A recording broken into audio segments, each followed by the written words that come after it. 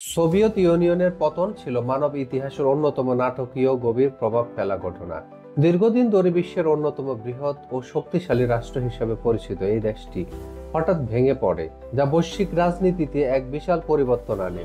শীতল যুদ্ধের অবসান, নতুন স্বাধীন রাষ্ট্রের উদ্ভব ও আন্তর্জাতিক শক্তির ভারসাম্যে আমূল পরিবর্তন ঘটে। এই পতন শুধু রাশিয়া ও তার প্রতিবেশী দেশগুলোর জন্য নয়, বরং সমগ্র বিশ্বের জন্যই এক নতুন অধ্যায়ের সূচনা করে।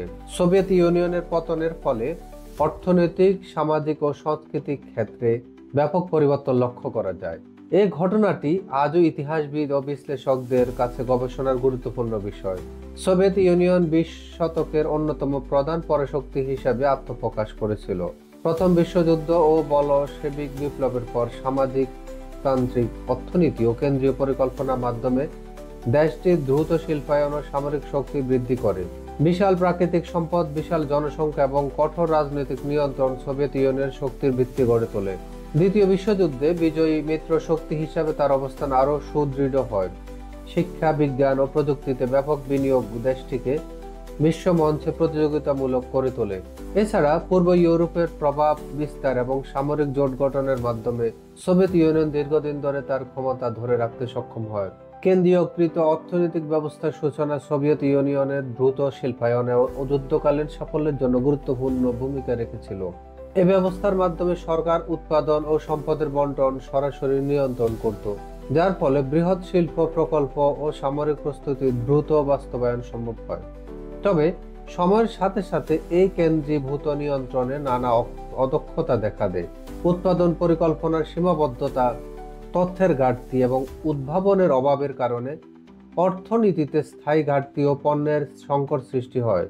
সাধারণ মানুষের দৈনন্দিন জীবনে এসব ঘাটতির প্রভাব ছিল সুস্পষ্ট, কারণ মৌলিক পণ্য ও পরিষেবার জন্য দীর্ঘ লাইনে দাঁড়ানো ছিল নিত্য নৈমিত্তিক ঘটনা। সোভিয়েত সমাজে এই সমস্যাগুলো ধীরে ধীরে অসন্তোষ ও পরিবর্তনের দাবি বাড়িয়ে তোলে। সোভিয়েত ইউনিয়ন প্রযুক্তি ও শিল্প ক্ষেত্রে পশ্চিমা দেশগুলোর তুলনায় অনেক পিছিয়ে ছিল।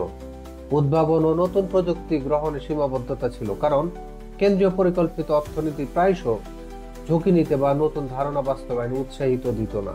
ফলে উৎপাদনশীলতা কম ছিল এবং আধুনিক যন্ত্রপাতি ও প্রযুক্তির অভাব দেখা যেত। ভোক্তা পণ্যের ক্ষেত্রেও সোভিয়েত নাগরিকদের পছন্দ ছিল সীমিত এবং অনেক পণ্যই ছিল নিম্নমানের বা সহজলভ্য নয়। পশ্চিমা দেশগুলো যেখানে বৈচিত্র্যময় উন্নত মানের ভোগ্যপণ্য সরবরাহ করতে সক্ষম ছিল, সেখানে সোভিয়েত ইউনিয়নের চাহিদা ও সরবরাহের মধ্যে বড় ধরনের ব্যবধান ছিল।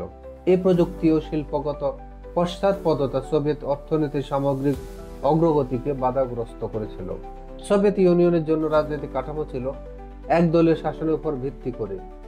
কমিউনিস্ট পার্টি ছিল দেশের একমাত্র বৈধ রাজনৈতিক দল, যার ফলে অন্য কোনো রাজনৈতিক মতাদর্শ বা দলের কার্যক্রম নিষিদ্ধ ছিল। এই একদলীয় শাসন ব্যবস্থায় ভিন্ন মত প্রকাশ কঠোরভাবে দমন করা হতো এবং সরকার বিরোধী বক্তব্য বা আন্দোলন কঠোর শাস্তির মুখে পড়ত। জনগণের স্বাধীন মত প্রকাশের সুযোগ সীমিত থাকায় ধীরে ধীরে অসন্তোষ জন্ম নেয়। অনেকে নিজেদের অধিকার ও মত প্রকাশের স্বাধীনতা থেকে বঞ্চিত বোধ করতেন। এই অসন্তোষ এবং দমন পীড়নের পরিবেশ পরবর্তীতে সোভিয়েত সমাজে গভীর প্রভাব ফেলেছিল। সোভিয়েত ইউনিয়নের ভেতরে জাতিগত উত্তেজনা ও আঞ্চলিক অসন্তোষ দীর্ঘদিন ধরে চলে আসছিল। কেন্দ্রীয় সরকারের সাংস্কৃতিক দমন নীতির কারণে অনেক জাতিগোষ্ঠীর নিজস্ব ভাষা, সংস্কৃতি, ঐতিহ্য প্রকাশের সুযোগ সীমিত ছিল। এই দমন নীতির ফলে ক্ষোভ ও হতাশা জন্ম নেয়, যা ধীরে ধীরে জাতীয়তাবাদী মনোভাবের উত্থান ঘটায়। বিভিন্ন প্রজাতি অঞ্চলে মানুষ তাদের স্বতন্ত্র পরিচয় ও অধিকারের জন্য সোচ্চার হয়ে ওঠে। বিশেষ করে বাল্টিক রাষ্ট্র, ককেশাস ও মধ্য এশিয়ার জনগণ তাদের নিজস্ব স্বায়ত্তশাসনের দাবি জোরালোভাবে তুলে ধরে। এসব আন্দোলন সোভিয়েত ইউনিয়নের অভ্যন্তরীণ স্থিতিশীলতাকে চ্যালেঞ্জের মুখে ফেলে দেয়। জাতিগত বৈচিত্র্য ও সাংস্কৃতিক স্বাতন্ত্র্য রক্ষার আকাঙ্ক্ষা শেষ পর্যন্ত বৃহত্তর রাজনৈতিক পরিবর্তনের পথ প্রশস্ত করে। শীতল যুদ্ধের সময় সামরিক খাতে বিপুল ব্যয়ের ফলে যুক্তরাষ্ট্র ও সোভিয়েত ইউনিয়নের অর্থনীতি ব্যাপক চাপ সৃষ্টি হয়েছিল। উভয় পক্ষই অস্ত্র প্রতিযোগিতায় এগিয়ে থাকতে বিশাল বাজেট বরাদ্দ করেছিল, যার ফলে নাগরিক কল্যাণ, শিক্ষা ও স্বাস্থ্য খাতে বিনিয়োগ কমে যায়। এই সামরিক অগ্রাধিকারের কারণে সাধারণ মানুষের মৌলিক চাহিদা অনেকাংশে উপেক্ষিত হয়। অর্থনৈতিক ভারসাম্য নষ্ট হয়ে যায় এবং দীর্ঘমেয়াদে সামাজিক উন্নয়ন বাধাগ্রস্ত হয়। সামরিক শক্তি বাড়ানোর এই প্রতিযোগিতা শেষ পর্যন্ত উভয় পক্ষের অর্থনৈতিক স্থিতিশীলতাকে প্রশ্নবিদ্ধ করে তোলে।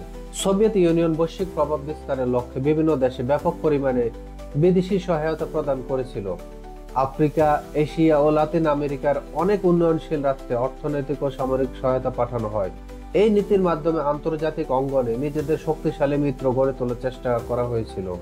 তবে এই বিদেশি সহায়তা সোভিয়েত অর্থনীতির উপর অতিরিক্ত চাপ সৃষ্টি করেছিল। দেশের অভ্যন্তরীণ চাহিদা উন্নয়ন প্রকল্পের জন্য পর্যাপ্ত সম্পদ বরাদ্দ করা কঠিন হয়ে পড়ে। ফলে জনগণের জীবনযাত্রার মান ও অর্থনৈতিক অগ্রগতি বাধাগ্রস্ত হয়। এই বৈদেশিক নীতিগুলো শেষ পর্যন্ত সোভিয়েত অর্থনীতিকে সংকটে আরো গভীর করে তোলে। সোভিয়েত আফগান যুদ্ধ ছিল 20 শতকের অন্যতম গুরুত্বপূর্ণ বিধ্বংসী সংঘাত। এই যুদ্ধে সোভিয়েত ইউনিয়নে বিপুল অর্থনৈতিক সম্পদ ও মানব সম্পদ ক্ষয় হয়েছিল। যুদ্ধের দীর্ঘায়িত হওয়া এবং ব্যাপক ক্ষয়ক্ষতির ফলে সোভিয়েত অর্থনীতি দুর্বল হয়ে পড়ে। সামাজিকভাবে যুদ্ধের প্রভাব ছিল সুদূরপ্রসারী। সামরিক বাহিনীর মনোবল ভেঙে যায় এবং সাধারণ মানুষের মধ্যে অসন্তোষ বাড়তে থাকে। যুদ্ধের ব্যয়ভার সামলাতে গিয়ে সরকার নানা সংকটে পড়ে। এসব কারণ মিলিয়ে সোভিয়েত ইউনিয়নের পতন দ্রুততর হয়। এই যুদ্ধ ইতিহাসে একটি গুরুত্বপূর্ণ মোড় হিসাবে বিবেচিত হয়, যা গোটা বিশ্বের রাজনীতিতে ব্যাপক পরিবর্তন এনেছিল। মিখাইল গর্বাচেভ ছিলেন সোভিয়েত ইউনিয়নের একজন গুরুত্বপূর্ণ নেতা, যিনি 1980 এর দশকে দেশের রাজনৈতিক ও অর্থনৈতিক ব্যবস্থার পরিবর্তন আনার উদ্যোগ নেন। তিনি পেরেস্কোয়েভ ও গ্লানস্ত নামে দুটো সংস্কার নীতি চালু করেন। পেরেস্কোয়েভকা ছিল অর্থনৈতিক কাঠামো আধুনিকরণের একটি প্রচেষ্টা, যার মাধ্যমে উৎপাদনশীলতা ও দক্ষতা বাড়ানোর চেষ্টা করা হয়। অন্যদিকে গ্লাসনস্ত ও নীতির মাধ্যমে সমাজে আরো বেশি স্বচ্ছতা ও মত প্রকাশের স্বাধীনতা দেওয়া হয়। এই নীতিগুলো মূল লক্ষ্য ছিল সোভিয়েত ব্যবস্থাকে আধুনিক ও টেকসই করা। গর্বাচেভের এই উদ্যোগ সোভিয়েত সমাজে নতুন আলোচনার সুযোগ সৃষ্টি করে এবং বিশ্ব রাজনীতিতেও গুরুত্বপূর্ণ প্রভাব ফেলে। গর্বাচেভের সংস্কারমূলক উদ্যোগগুলো সোভিয়েত সমাজে এক নতুন মাত্রার আলোচনার সূচনা করেছিল। এই সংস্কারগুলো যেমন গণতান্ত্রিক চর্চা, উন্মুক্ততার পরিবেশ তৈরি করেছিল, তেমনি অনেক অপ্রত্যাশিত চ্যালেঞ্জেরও সামনে এনেছিল। জনগণ প্রথমবারের মতো রাষ্ট্রের নীতিমালা ও নেতৃত্ব নিয়ে প্রকাশ্যে প্রশ্ন তুলতে শুরু করে। এর ফলে দীর্ঘদিনের লুকানো দুর্বলতা ও প্রশাসনিক ব্যর্থতা প্রকাশ পেতে শুরু করে। অনেক ক্ষেত্রে এই উপযুক্ত আলোচনা সামাজিক অস্থিরতা ও বিভ্রান্তি সৃষ্টি করে। গর্বাচেভের উদ্দেশ্য ছিল সমাজকে শক্তিশালী করা, কিন্তু অনেক সময় সংস্কারগুলো সোভিয়েত ব্যবস্থার অন্তর্নিহিত সমস্যাগুলোকে আরো স্পষ্ট করে তোলে। সোভিয়েত ইউনিয়নের শেষ বছরগুলো ছিল অস্থিরতা ও পরিবর্তনের সময়। অর্থনৈতিক দুরবস্থা ও রাজনৈতিক অস্থিরতা এবং জাতিগত দ্বন্দ্ব দ্রুত বেড়ে গিয়েছিল। গ্লাসনস্ত ও পেরেস্কোয়েভকার মতো সংস্কারগুলো কাঙ্ক্ষিত স্থিতিশীলতা আনতে ব্যর্থ হয়। বিভিন্ন প্রজাতন্ত্র দাবি তুলতে শুরু করে এবং কেন্দ্রীয় সরকার নিয়ন্ত্রণ দুর্বল হয়ে পড়ে।